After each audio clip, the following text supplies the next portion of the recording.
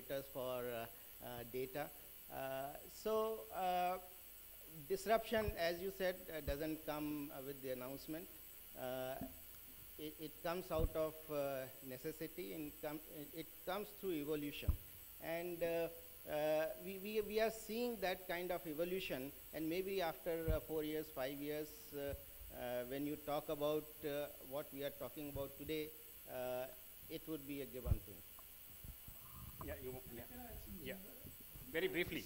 Briefly, please. Yeah, very briefly. Yeah. So I think technology has evolved. I know your experience 12 years back on Wi-Fi. Technology has really evolved, and I think you will see in coming days licensed and the Wi-Fi. I think they will coexist, and then you have a phenomenon of small cells that will come in the mix. Because the kind of capacity we're talking about, I think we will have all these technologies coexisting, and I think they're necessary as well. I mean, I come back to how do you create a cost of production to make data business profitable. I think there will be a mix of these technologies, and I think we'll more of them. I think I will actually invite some of you. We have a demonstration outside. See what you can do with Wi-Fi. Really. Yeah. Thank you. So there is a question from Mr. Srivastav from MTNL. So can we have the mic for Mr. Srivastav, please?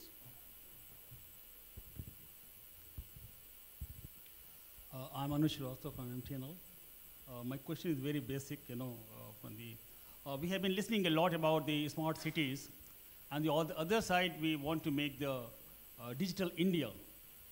We cannot make digital India. Digital India means a smart nation, a smart India. We cannot make the smart India smart unless we make the villages also smart. So there should be a concept of the smart villages as well, number one. Number two, how to make it, because they also need some smart things. Maybe definition of smartness in the villages may be different. In the Internet of the things may be different for the villages, but they do need also. And that the NOFAN is doing a lot, it's going to the villages, but they are going up to the panchayat level. Beyond that, if you want to connect the villages, what are the programs? Because there is no business case, so private sector is not going over there. Unless there is a business case, the economy will not increase, and there will not be affordability. So these are all the vicious circles coming out. So my question is, can we not participate the 4 Ps, the last P, the 3 Ps are known, private, public participation, and the 4th, panchayat can also be included in that, is a hackneyed idea, number one. Number two, putting broadband up to that level, the people say it's very expensive in the villages. Is it a myth or a reality? I want to know from anybody. Is it a myth or is it a reality? Will we keep, it's like the UFO, always heard but never seen. So broadband is expensive. There is no doubt about it. If we in the voice, we perhaps are one of the cheapest service provider. But if you look at the data tariffs and compare with where we stand in the world, we stand somewhere in the middle. We are not the cheapest service provider for broadband services, and we are not again the highest. If we have the vision of taking broadband to everyone, 600 million, let's say by 2020, probably it will not happen with the kind of tariffs that we have, and it has to certainly come down. And when I talk of broadband, I mean, I'm not talking of the current definition of 512 kbps, etc. I'm talking of high-speed broadband. And to be able to really take the advantage of broadband, you certainly need high-speed broadband. And for that, a lot of things need to be done, both in urban as well as in rural areas. In rural areas, since, as you said, private operators are not interested, there would be a government intervention, and that is what the NOFAN is all about. And it is actually 4 Ps, not triple P, because it is the panchayat collaboration through state governments who have provided free ROW, and we are also roping in state governments for delivery of the services in terms of e-governance, e-education, e-health, etc. Those four P's are inbuilt into that. We are restructuring the NOFN project itself. The efforts are going on in that direction. And the whole idea is that we bring down the cost of bandwidth drastically so that there is a business case for everyone. The government also is on a regulatory side. There is a reference to TRAI for VNOs, and probably a new breed of service providers would emerge for whom business case will be there to work in those areas. And if that happens, probably that would address that issue. Well, I think we have really completely, you have a quick point? Very quickly, I Yeah. think besides the broadband point, what probably we also need to be looking at closely is, because rural India is still even untouched by even PCs, the basics. So I would rather take it to the basics that we began with this conversation on, where let's take one village per month as operators or any other entities and make sure that there is a basic infrastructure of technology available there, even on a standalone standpoint. And the second point is, when we are talking about M2M and all of these other services, ultimately when the bundled services are taken up, even if it is taken up in a particular circle as a pilot, perhaps that could give some price points on where things could stand.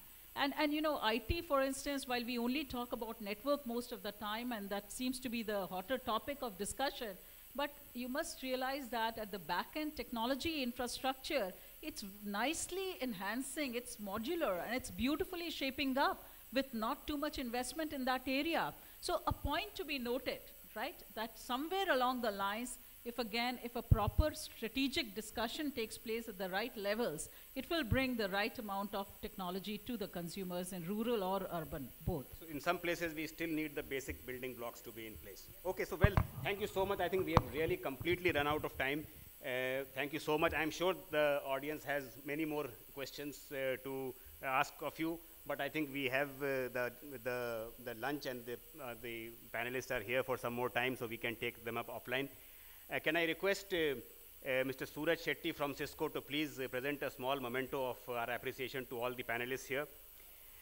Friends, before we invite Dr. Ajay Kumar, Joint Secretary with the Department of IT, to talk about how domestic manufacturing, what all is happening on the domestic manufacturing front, and how domestic manufacturing is really going to transform the telecom landscape in India, I would like to invite Mr. S. Anand, COO of Sterlite Networks, to come and address the gathering here. Mr. S. Anand.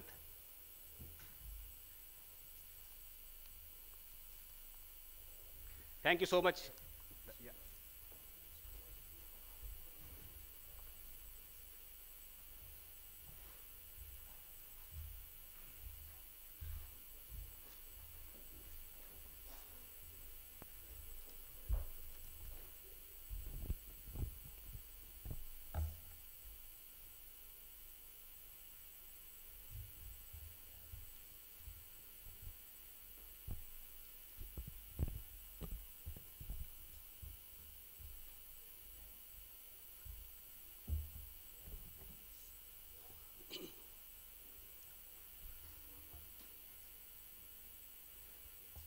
Good afternoon, dear friends.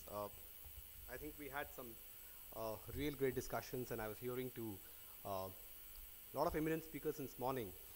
And some of the words that I kept hearing was corporate, last mile, fiber, high definition, NFN, access, and all of these words have been so sweet to me.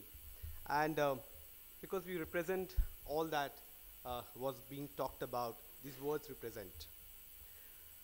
We all know, friends, telecom industry has always played a crucial role in the economic development of any country. And for all the telecom services, broadband has the highest socio-economic impact.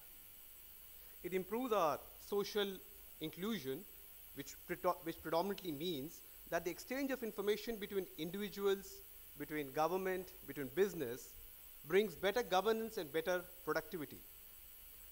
According to the latest World Bank report, a mere 10% increase in the broadband penetration can account to 1.38% increase in per capita GDP of any developing nation.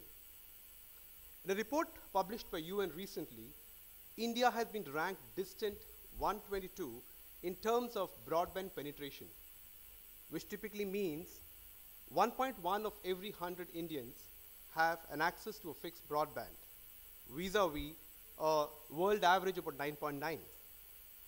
Similarly, India ranks about 118th in the broadband speed with an average of about 1 Mbps compared to a 20 Mbps, let's say in Korea or Hong Kong. But the good news is that today India is in the cusp of a broadband revolution with the government Digital India project with the expected investment of close to 1 lakh crore. Today, India has approximately about 14 million fiber kilometers, and it is planned to go to about 30 million by the year 2017. But if you were to seriously ask me, what do we need for the digital divide, to remove the digital divide between the rural and urban India? We will require to connect close to 2.5 lakh villages, panchayats, with an fiber optical cable. And if we have to do so, we need to lay in an approximately about 400 million fiber kilometers. And I believe the challenge for the Digital India would actually be to lay this 400 million fiber kilometers. If we were supposed to look at China, China today is already planning to lay out 200 million fiber kilometers every year to bridge this digital divide. Sterlite Technologies is one of the largest integrated manufacturers of optical fibers in the world, not only supported by a fully integrated manufacturing facility, but a very dedicated R&D center. Sterlite range of optical fibers with superior performance in data transmissions and performance reliability. In fact, today Sterlite is ranked among the top 5 manufacturers of fiber globally, and India's only fully integrated optical fiber producer from sand to broadband. Pursuing a vision of connecting every home on the planet and understanding the importance of bridging the digital divide of our country, Sterlite Technologies 3 years back committed to invest and create a highly flexible and scalable future-ready access network, FTTH, under the brand name FION, powered by Sterlite Networks. Fiber to home technology, FTTH, gives you high-speed connectivity right at your home.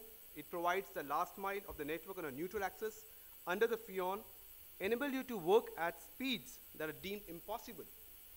You'll be able to enjoy the benefits of high-speed broadband, superior quality HD TV, 3D gaming, movies on demand, high-tech security surveillance system, and so much more. And it makes your home so intelligent and intuitive, you wonder how you ever live without it.